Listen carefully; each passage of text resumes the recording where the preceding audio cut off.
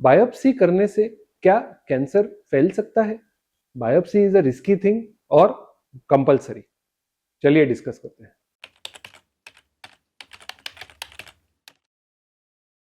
नमस्ते, मैं doctor Aditya Kulkarni, gastro and cancer specialist, OSS clinic Pune में प्रैक्टिस करता हूँ और मेरा एरिया ऑफ इंटरेस्ट है पेट के और डाइजेस्टिव सिस्टम के कैंसर्स और उसकी laparoscopic and robotic surgical treatment.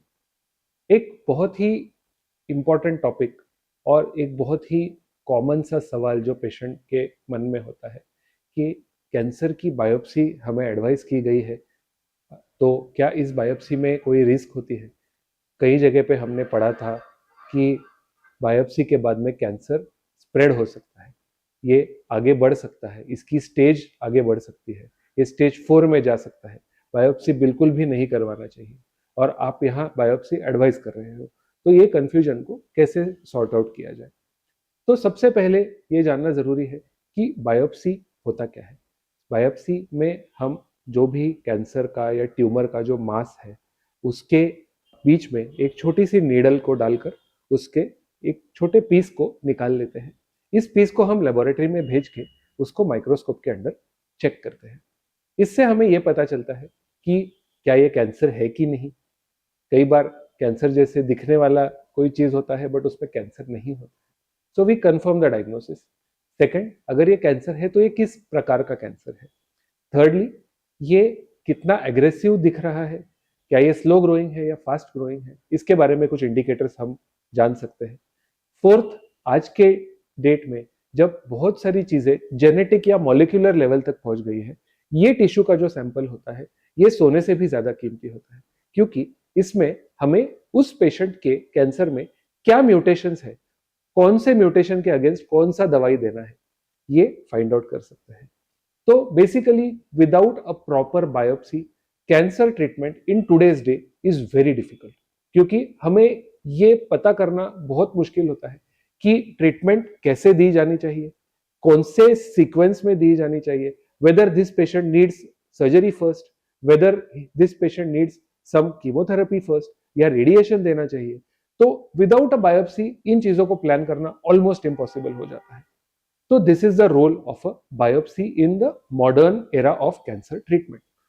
अब पेशेंट के मन में ये फियर क्यों होता है, या फिर ये सारे जो व्हाट्सएप पे या यूट्यूब पे हम देखते हैं ये सारी चीजें क्यों फैल रही है कि बायोप्सी के बाद में कैंसर फैलता है। तो बायोप्सी, जैसे कि मैंने बताया, एक छोटे नीडल से हम उस टिश्यू तक पहुंच के उसका एक पीस निकालते हैं। तो कई बार ऐसे होता है कि पोस्ट प्रोसीजर, पोस्ट बायोप्सी उस एरिया में थोड़ा स्वेलिंग हो सकता है, थोड़ा रेडनेस हो सकता है, जो कि नॉर्मली पोस्ट प्रोसीजर किसी भी छोटे प्रोसीजर के बाद में हम देख पाते हैं। कई बार पेशेंट इसको मिसअंडरस्टैंड करते हैं कि ये जो बायोप्सी के बाद में रेडनेस है, पेन हो रहा है, इसका मतलब है कि वो कैंसर स्प्रेड हो रहा है। तो first of all this is not correct.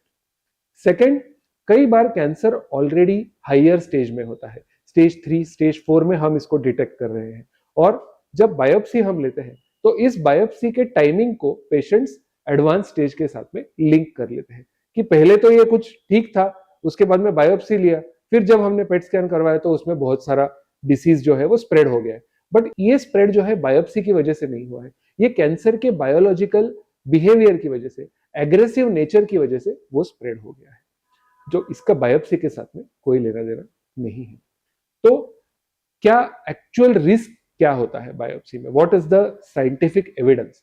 तो बेसिकली बायोप्सी एक प्रोसीजर है, या तो हम इसको नीडल से थ्रू द स्किन जाकर हम पीस निकाल सकते हैं, या फिर कई बार हमें एंडोस्कोपी करके बायोप्सी निकालनी पड़ती है, या फिर कभी कभी सीटी स्कैन के गाइडेंस के अंडर हमें बायोप्सी निकालनी पड़ती है।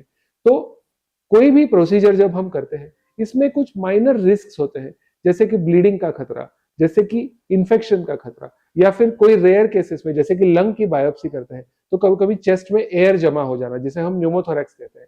तो ये माइनर रिस्क होते हैं, और यूजुअली इसका जो रिस्क होता है वो अराउंड 5% होता है।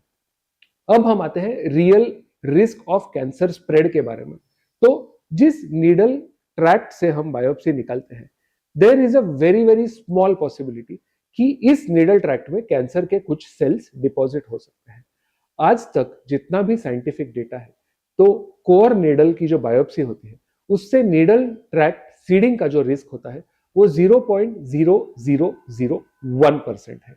इसका मतलब है कि less than 1 patient in 1000 will have a risk of cancer spreading due to the biopsy.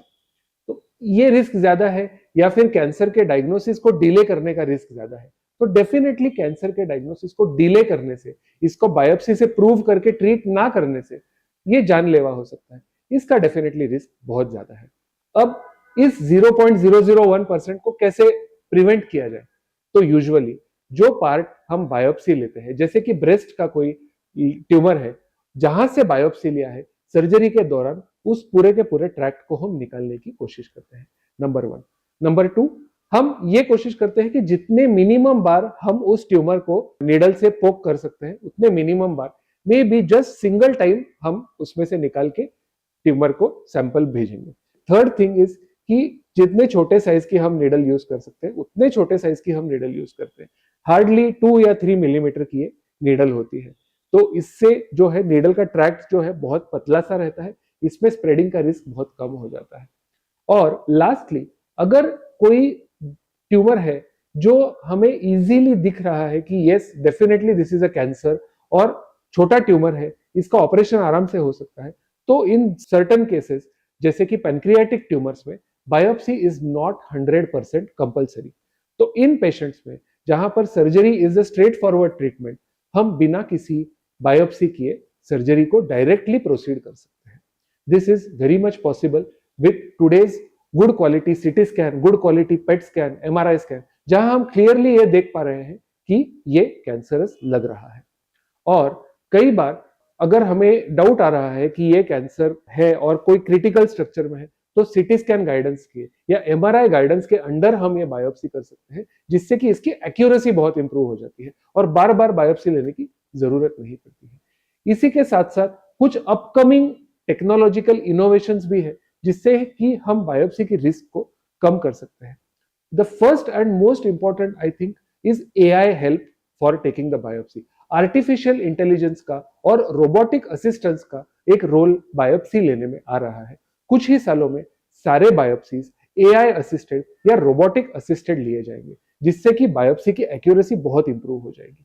The second is non invasive biopsy, जिसे हम लिक्विड बायोप्सी के नाम से भी जानते हैं। और लिक्विड बायोप्सी के ऊपर आप मेरे चैनल पे मेरा एक और वीडियो भी देख सकते हैं कि liquid biopsy is now changing the way कि जिससे कि हम बायोप्सी बिना ट्यूमर को छेड़े कर सकते हैं और ब्लड में इस कैंसर सेल्स को हम पिकअप करके बायोप्सी ले सकते हैं।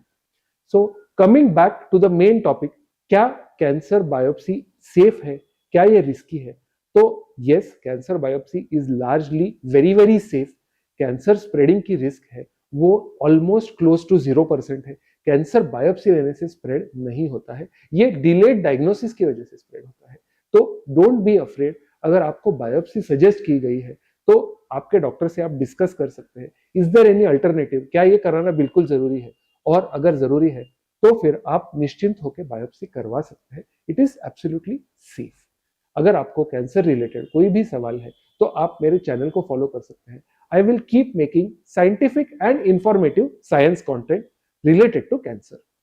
So you can reach out to me. अगर आपको कोई सवाल है, अगर आपको कोई डाउट है, तो प्लीज कॉन्टैक्ट मी। नीचे दिए गए डिटेल्स पे आप कभी भी कॉन्टैक्ट कर सकते हैं, कमेंट सेक्शन में आप लिख सकते हैं।